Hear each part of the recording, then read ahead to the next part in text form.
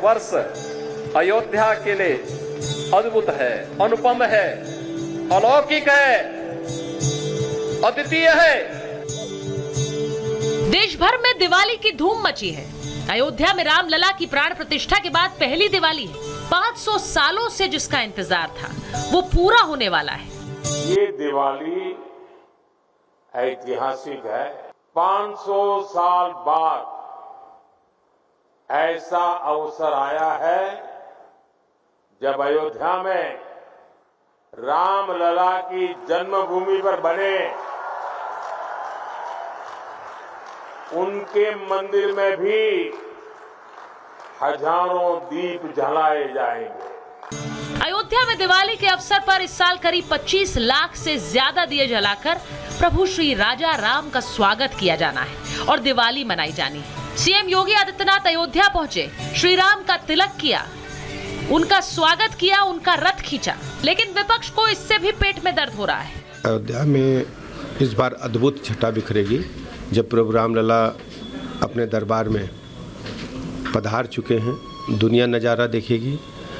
इस बार विश्व रिकॉर्ड बनेगा। 25 लाख से अधिक दिए जगमगाएंगे। एक दिया से भी भगवान की पूजा होती है। हम घर में पूजा करते हैं, एक दीपक जलाकर भगवान की आराधना करते हैं। मैंने कहने जा रहा हूँ 25 लाख दिया आप जलाएंगे और एक दिए से पूजा हो सकती है। आस्था का प्रश्न है, श्रद्धा का प्रश्न है। एक तरफ पूरा देश रोशनी में सराबोर होने के लिए तैयार है तो कुछ लोगों को उस रोशनी से ही दिक्कत है। इस बार हिंदू विरोधियों को जमकर लताड़ बाबा बागेश्वर ने लगाई है। हिंदुओं का त्योहार आता है तो इनके ज्ञान तुरंत आने लगते हैं कि होली को जो है पानी खराब होता है, दीपावली को प्रदूषण होता है। अरे भाई 1 जनवरी को भी तो बहुत से पटाखे जलाए जाते हैं, तब नहीं होता है, तब फिर इनका ज्ञान चला जाए। हमने तो सुतली बम खरीद लिया है और ये मूर्खानंद ज्यादा करेंगे तो इन्हीं के दरवाजे पर। आखिर बाबा बागेश्वर ने लताड़ क्यों लगाई? नफरती और विवादी बयानों के लिए हमेशा चर्चा में रहने वाले मौलाना तौकीर रजा ने एक बार फिर दिवाली पर अपना नफरती ज्ञान जो दिया है।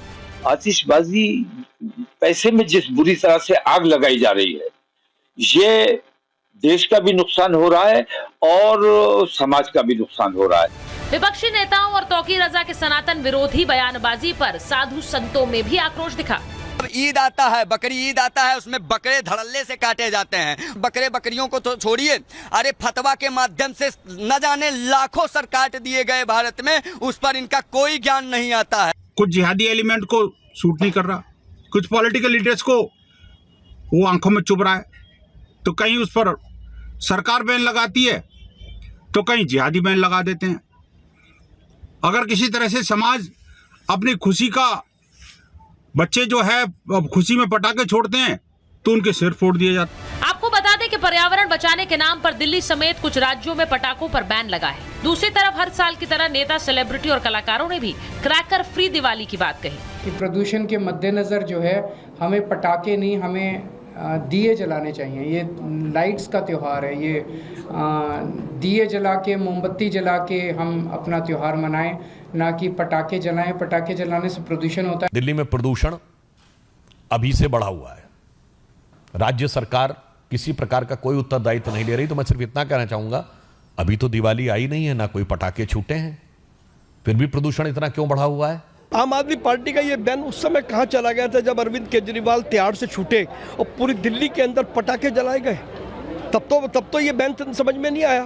तो विशुद्ध रूप से मेरा ये चार्ज है कि ये जानबूझ करके हमारे सनातन के जो त्योहार हैं उनकी खुशियां पूरी तरीके से व्यक्त न कर सके, इसके लिए पटाखे बैन किए जाते हैं।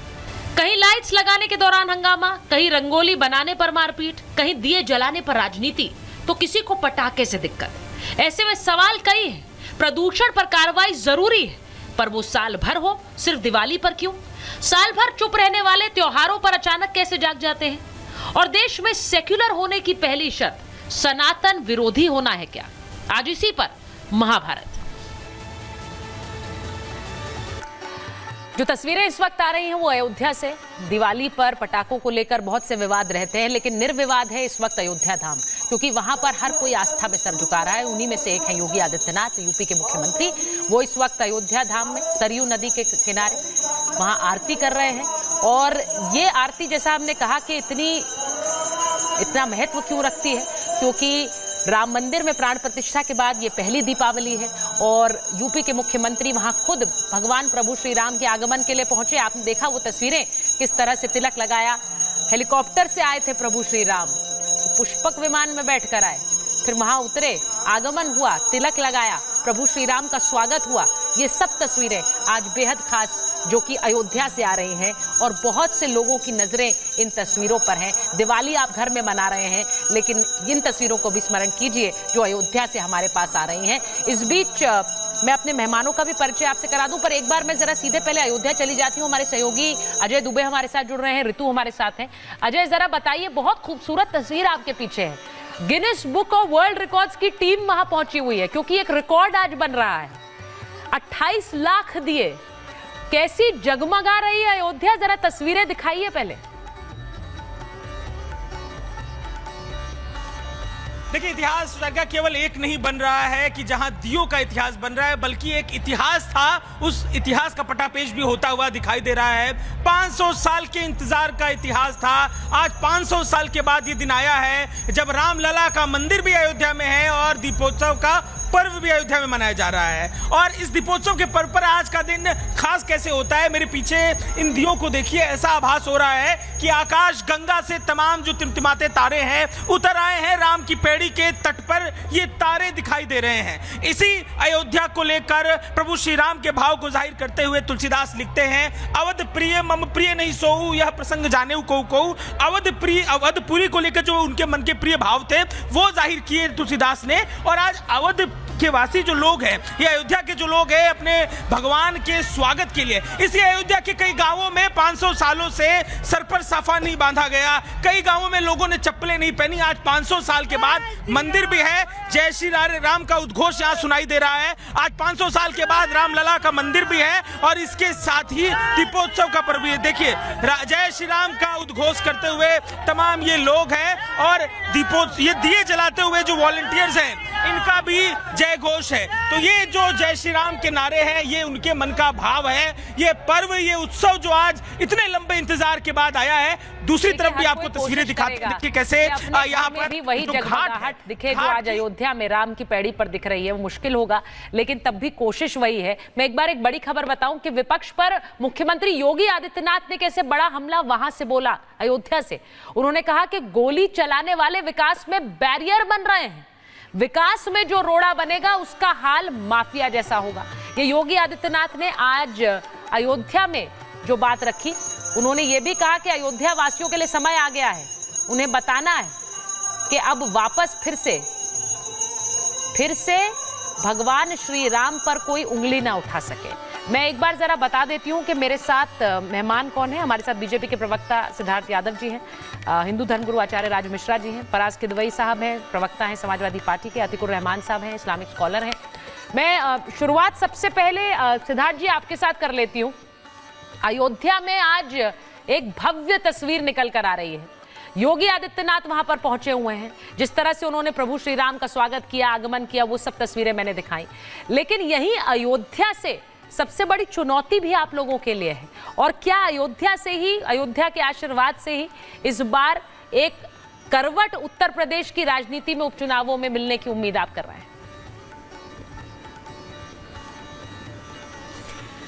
देखिए सुचारिता जी, मैं मानता हूं कि आज का जो दिन है ये देश के सभी भारतवासियों के लिए, सभी सनातनियों के लिए एक बहुत खुशी का पल है, क्योंकि इतने लंबे अंतराल के बाद, जब 500 वर्षों की लगभग एक इंतज़ार के बाद हमारे देश के आराध्य प्रभु श्री राम का मंदिर अयोध्या में बना, उसके बाद की ये पहली दिवाली आज हम लोग देख पा रहे हैं। तो मैं मानता हूं कि इससे बेहतर देशवासियों के लिए और भारत के लोगों के लिए कुछ नहीं हो सकता।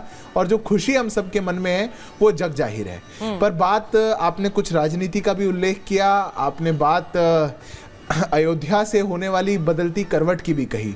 मैं मानता हूं कि प्रभु श्री राम का आशीर्वाद तो इस देश के सभी उन लोगों पर है जो देश की प्रगति, देश का सौहार्द और देश को आगे ले जाने का भाव रखते हैं। जिस प्रकार से भारतीय जनता पार्टी ना ही केवल प्रभु श्री राम की लड़ाई लड़ते हुए सभी ऐसे लोग जो कि देश को तुष्टीकरण की भेंट चढ़ाना चाहते थे, उनके इरादों को और मंसूबों को ध्वस्त करते हुए देश के आराध्य और देश की जो संस्कार संस्कृति है उसको पुनर्स्थापित करने की इस लड़ाई को जीत पाई है।